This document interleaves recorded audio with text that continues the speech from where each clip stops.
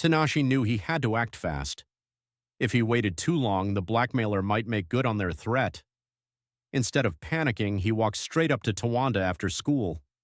"Tawanda, I need your help," he said, keeping his voice calm. Tawanda raised an eyebrow. "You? Asking me for help? That's new."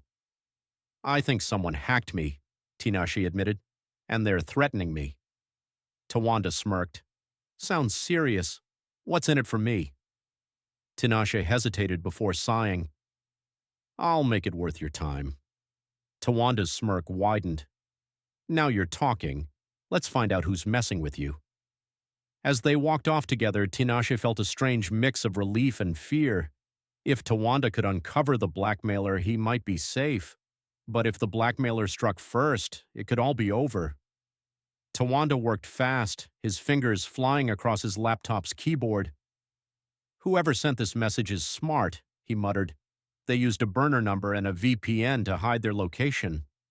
Tinashe's stomach twisted. "So we can't find them?" Tawanda smirked. "Did I say that? Give me time." Tinashe paced around the small room, his mind racing. If he could get ahead of the blackmailer, he could take back control of his life. A few minutes later, Tawanda let out a low whistle. "Got something. The messages came from a SIM card registered yesterday. That means someone local." Tinashe clenched his fists. Someone close to him was betraying him. Now he just had to figure out who. Tinashe barely slept that night. The thought of someone close to him being the blackmailer was eating him alive. At school the next day, he looked at everyone differently. Then he spotted Brian laughing with some friends. Tawanda had confirmed the messages came from a number bought recently. Who else had the money and the connections to pull this off? He walked up to Brian casually. "Hey man, quick question. You ever deal with burner phones?" Brian chuckled. "Why, you planning something shady?" Tinashe forced a grin. "Just curious." Brian shrugged. "Not really my thing, but I know people who do." Something about his tone made Tinashe uneasy. Was Brian covering for someone, or was he the blackmailer himself? Either way, Tinashe wasn't backing down. Tawanda met up with Tinashe later that evening. "I did some more digging. The number was activated near the school. Whoever it is, they didn't think you'd check." Tinashe's mind raced. That meant the blackmailer was a student, someone who saw his rise and wanted to take him down. "Brian's acting weird," Tinashe admitted, "but I need proof." Tawanda grinned. "Leave that to me." Tinashe exhaled. The truth was so close, but if Brian was really behind this, what would happen when he found out Tinashe was onto him? The next day, Tawanda sent Tinashe a message. Heart pounding, Tinashe met him behind the school. "Who is it?" Tawanda handed him a piece of paper with a name on it. Tinashe's breath caught. His dream girl, his biggest motivation, the person he was trying so hard to impress. She had been playing him all along. Tinashe felt sick. How could Rudo do this? Had she always known about his money? Was everything a lie? He watched her from a distance, laughing with her friends as if nothing was wrong. For the first time, he saw through the illusion. She wasn't the perfect girl he had built her up to be. But why? Why betray him? He needed answers. But confronting her could make things worse. For now, he'd wait. And when the time was right, he'd strike back. Tinashe knew confronting Rudo directly would be risky. Instead, he decided to play along. That afternoon, he texted her. She replied instantly. His stomach twisted. That emoji, that excitement, it was all fake.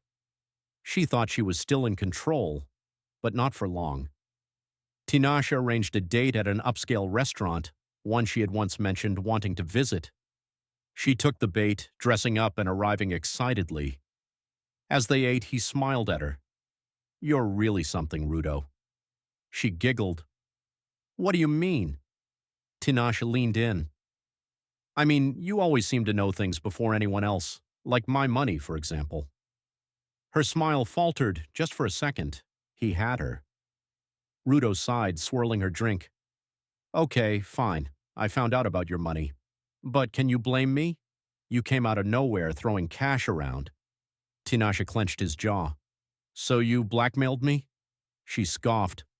Blackmail is such a harsh word. Let's call it insurance. Tinashe's hands tightened into fists.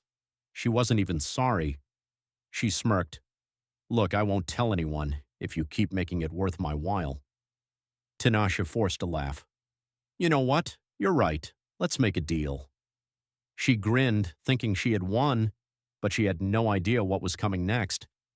Tinashe knew Rudo thrived on attention, so he decided to use that against her. With Tawanda's help, he created a fake investment opportunity, something big, exclusive, and too good for her to resist. She loves money, Tawanda said. Make her think there's even more to get. Tinashe played it cool. He met Rudo after school, leaning against his car. I've been thinking, he said smoothly. You're right. We should work together. Rudo's eyes lit up. I knew you'd come around. Tinashe smirked. But first I need you to meet someone, big investor. He only works with serious people. She took the bait instantly. When do we meet him? Tinashe's heart pounded. Tomorrow.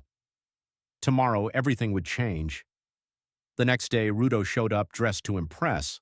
Tinashe had arranged a private meeting spot, a luxury lounge where she would feel important.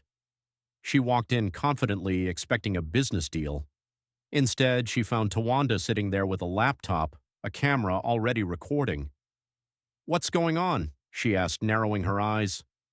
Tinashe leaned back in his chair. You tell me, Rudo. Why don't you explain why you blackmailed me? Her face paled. What?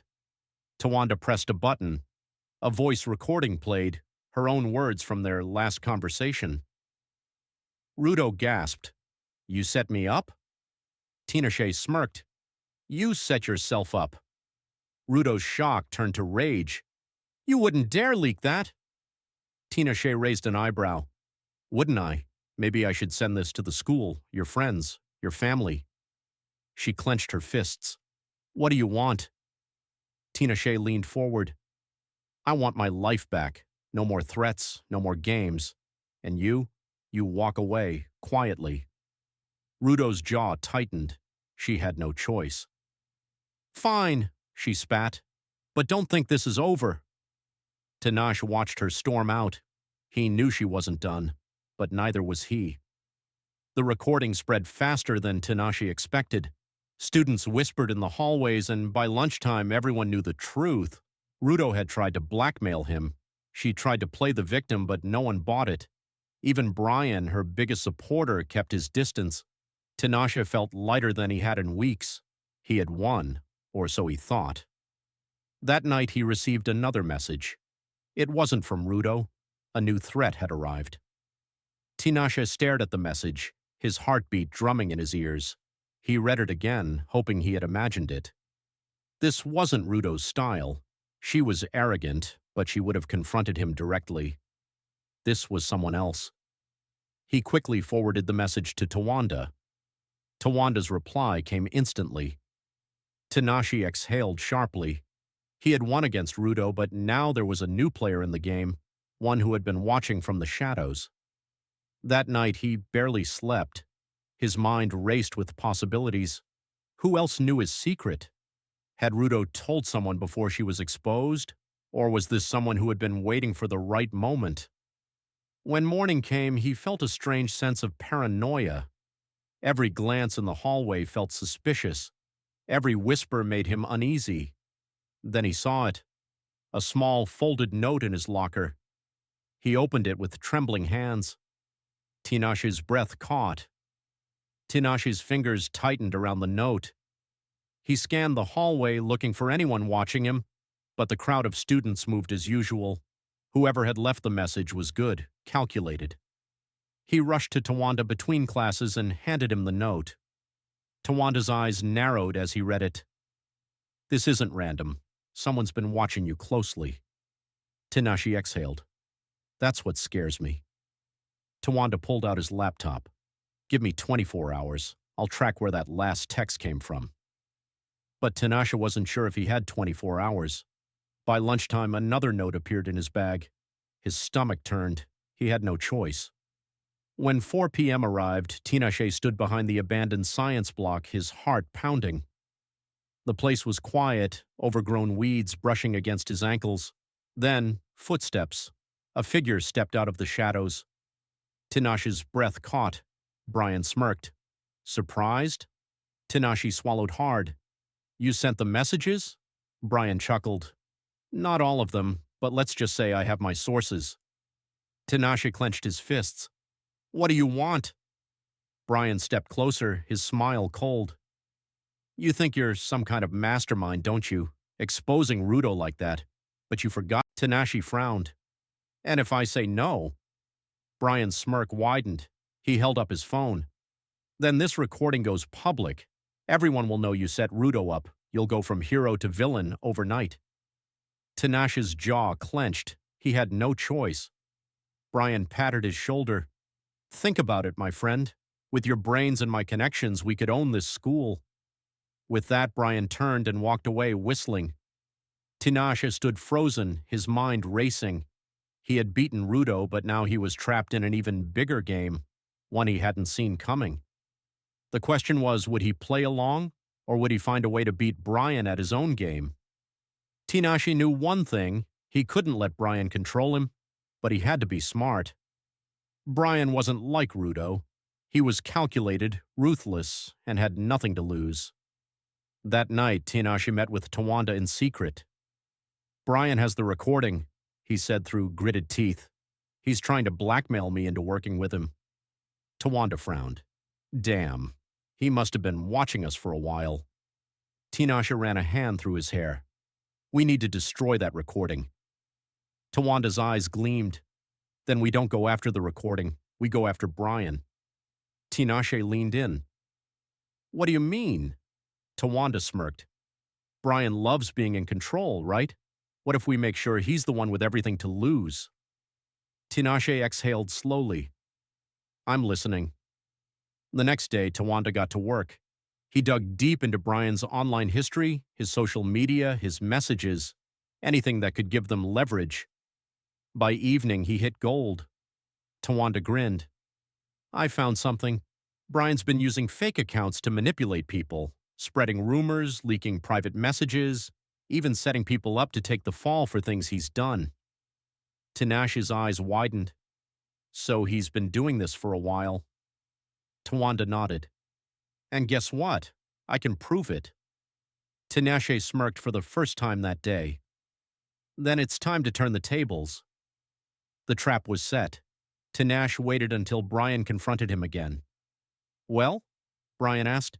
Ready to play the game? Tinashe smiled. Oh, I've decided to play, but not the way you want. Brian frowned. What? Tinashe pulled out his phone and played a recording, messages, screenshots, and proof of everything Brian had done. Brian's smirk faltered. Where did you get that? Tinashe took a step closer. I have my sources. Now here's the deal. You delete that recording of me and Tawanda, or I release this to the whole school. Brian clenched his fists. You think you can threaten me? Tinashe didn't flinch. I don't think. I know. Silence stretched between them. Then with a scowl, Brian took out his phone and deleted the recording. Smart choice, Tinashe said. Brian glared at him. This isn't over. Tinashe smirked. It is for you. As Brian stormed off, Tawanda appeared beside Tinashe. Damn, that was smooth. Tinashe exhaled in relief. It had to be. For the first time in a long while, he felt free. No blackmail, no secrets, no one pulling the strings. Tinashe had won. But he had learned something important. Money and power would always attract danger. The next few weeks were calm, almost too calm. Brian had backed off and Rudo had disappeared from the spotlight. Tinashe finally felt like he could breathe again. But something still nagged at him. He had played defense this whole time, reacting to threats. If he wanted to stay ahead, he needed to be proactive. One evening, he sat with Tawanda at their usual spot, a small cafe near the school. I don't want to just survive, T. I want to control my own fate. Tawanda sipped his drink, thinking. Then we do what Brian tried to do, but better. We build something real. Tinashe leaned in. Go on. Tawanda grinned. You've got influence now. People listen to you. You don't need to manipulate like Brian did. You can actually make a difference. Tinashe considered this. The money had changed his life, but he had been hiding in the shadows, afraid of being exposed. What if instead of hiding, he used his resources for something bigger,